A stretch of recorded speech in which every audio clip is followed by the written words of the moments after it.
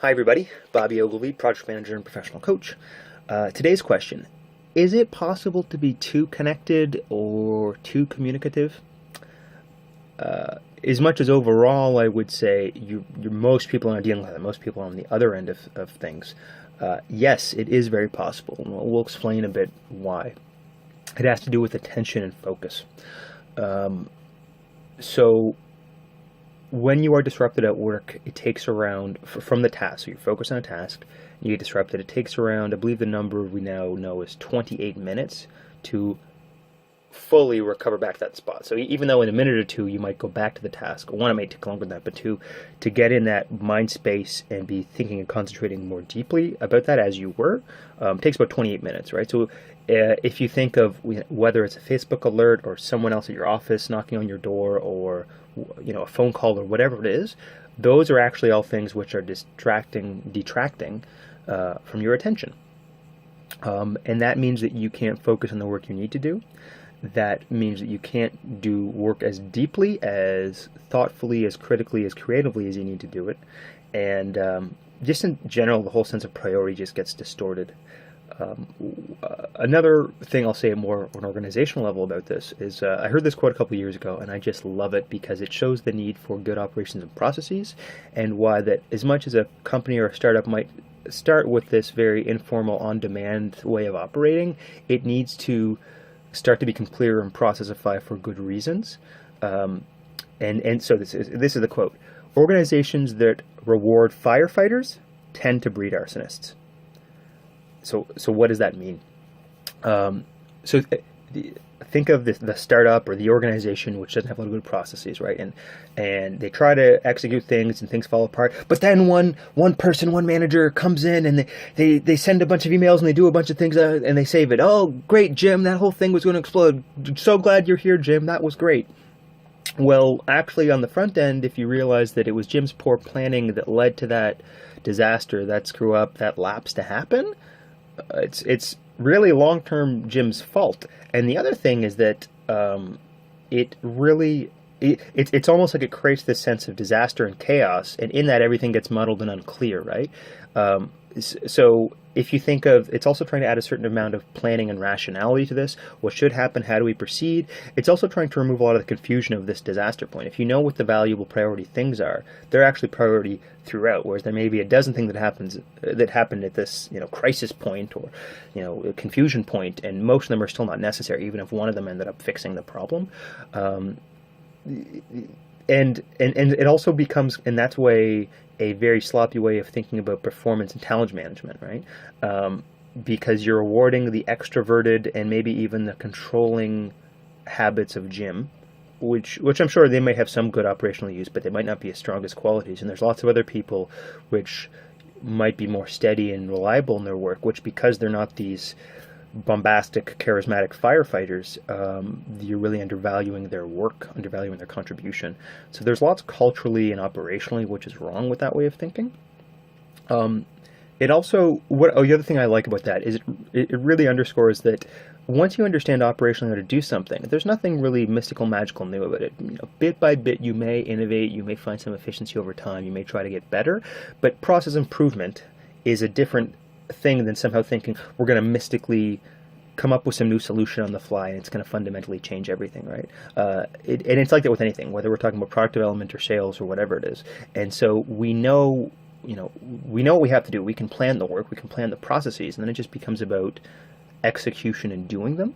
And in that confusion of firefighting, it's really easy to start saying both something is horrible, but also something is great. This new thing is great and amazing and it's transformative. It's going to change all things. No, that's actually kind of histrionic and awestruck. It's kind of succumbing to the shock and awe of the situation. Great operational managers have a great sense of equanimity. There's a sense of grace under fire and steadiness, and they can easily, quickly tell if something is contributive or not. And if you think of part of operations, the sense of smoothing things out, right? We're not just talking about some production sense, but so back to the tone of managing attention, right? We want it to be clear what the priority is. We want someone to execute on it, and we want them to, knowing what the priority is, we don't want to distract them. Even the notion of sprints come out of that, because it's basically saying you're going to work in these, let's say, 2-week blocks. Here's what you're expected to do in that 2 week blocks. We might have our daily stand-ups, but that's it. And in that sense, there should be no need in the meantime to talk with that person. I'm sorry. So as a guy who wants to build trust, yes, you're allowed to see them, you're allowed to create rapport with them, but from a standpoint of productivity and focus, you're really trying to preserve their attention. So these are important things to not just consider, to balance. So what was the initial question of this? It was, is it possible to communicate too much? Yes, if it's distracting from people's attention, it very much can be too much communication. Your employees, you want to ask them for feedback about that and let them know if that's going on. Now, on the other operational end, if they don't know enough what to do, that's the other end of the spectrum. The tasks aren't clear enough. And again, as much as there's lots of good things about startups can be really bad for that because they have this broad goal it's kind of like this. Go do it, and the more the person who's supposed to execute on such thing, but it's like, do I have enough information or data, or I'm at a point where I'm looking at a few alternatives and options, and I don't have enough sense of how I might pick one over the other, or which you would prefer, which fits our needs, right? I would, do companies suffer more from over or under communication at this point? Simply because we use so much technology, I'm inclined to say over communication. I would say particularly with emails, over replying, over chain emailing people, expecting when we want people to be productive. But overall, I would still say that teams aren't clear enough, or I should say managers aren't clear enough of what the expectation is. I guess this back to scrums and stand-ups, this would be the third question of the stand-up, right? Which is, what impediments are in your way? And if the impediments there keep coming back, or this isn't clear enough and need more information, that's something you as a manager need to be aware of, because you need to clarify the work to be done. If you haven't, the fault isn't on the employee, the person executing. The fault is on you for not setting that person up for success.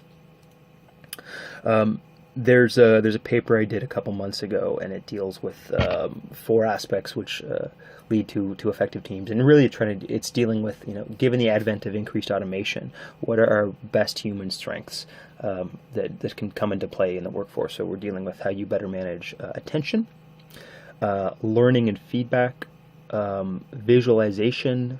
You could even think of that as like a clarifying word, clarifying what's going on, and then the last one is flow. Engagement. So this starts to deal with the first piece, which is around attention. I guess one last piece I'll say to solidify this argument is that there is this notion of the mythical man month, and what it basically is that an hour unit of one person's time is not just equivalent on an individual level. It doesn't matter how many hours you stack on with them, but the tasks are infinitely divisible. So the classic way of framing this would be, it's like, okay, well, let's say there's a task that takes one person 100 hours to do. Okay, well, that means if you had 2 people, you could do it in 50 hours. Well, that means if you had 4 people, you could do it in 25 hours. Well, that means if you had 50 people, you could do it in 2 hours, right? And that's actually not true. One, there's an added overhead administration, like management burden cost, just to be able to divide that up. But 2, it also gets to a point where tasks can be no further divisible, right? And so, maybe it's that in that situation, no, the most you can have on that is 3 people, because there's 3 distinct deliverables, and only one person can really work on a deliverable. You can't parse it out anymore. And it's also important, I would say, when people start thinking about projects which are late or wanting more capacity, they think about freelancers and on-demand people, but they often spend so much time on the front end deciding whether they want to do it, and beyond saying needing to manage them, but it's like they end up kind of like fighting over price, fighting over all kinds of things, and they're like not executing. And you can see often the band-aid quality of like, we don't have the expertise for a thing, we don't have the capacity for a thing, well, let's get more people, but they're not even good at handling that. And so there's a lot of ways that and again, that's from the top-down level of teams and capacity get mismanaged. On the individual level, and I think this is even more important because it's about our quality of life or quality of work, we know that productivity drops off after a certain point.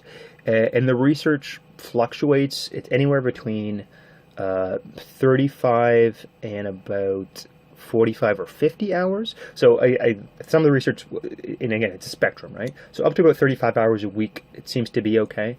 And then after that, the amount of productivity, the amount of quality of work per hour starts to drop dramatically. And then after 50, it drops really dramatically, right? So when I hear people talking about how much they overwork and 55, 60, 70, 80 hours a week, it to me implies a few things. One, they might be, the main thing is just overloaded, but two, they're not managing their time effectively enough. They don't know what's priority.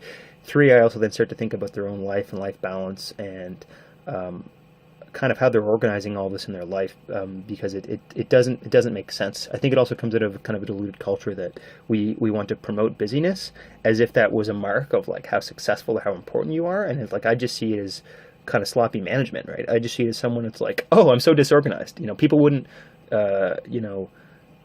people sometimes might, let's say, berate their math, go, oh, I'm so bad at math, and it becomes a cultural thing so people accept it. But it would be like if someone said, oh, I'm so disorganized, I so much don't know what priority is, like, I can't work efficiently.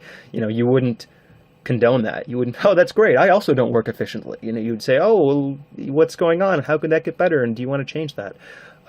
That's what I think is really important here. It's about individually bringing out the best in ourselves and working better. And then that means transforming our organizations, the cultures that we work within. There's a ton of potential here. So I'll do more videos in the other three areas, but back to the initial premise of this. Yes, there can be overcommunication. It disrupts attention and disrupts the quality of your work. And there's lots of other factors that come into play here. So I hope this was informative. I hope you learned something from this. Again, I'm Bobby Ogilvy, project manager and professional coach, and I hope to talk to you guys again soon.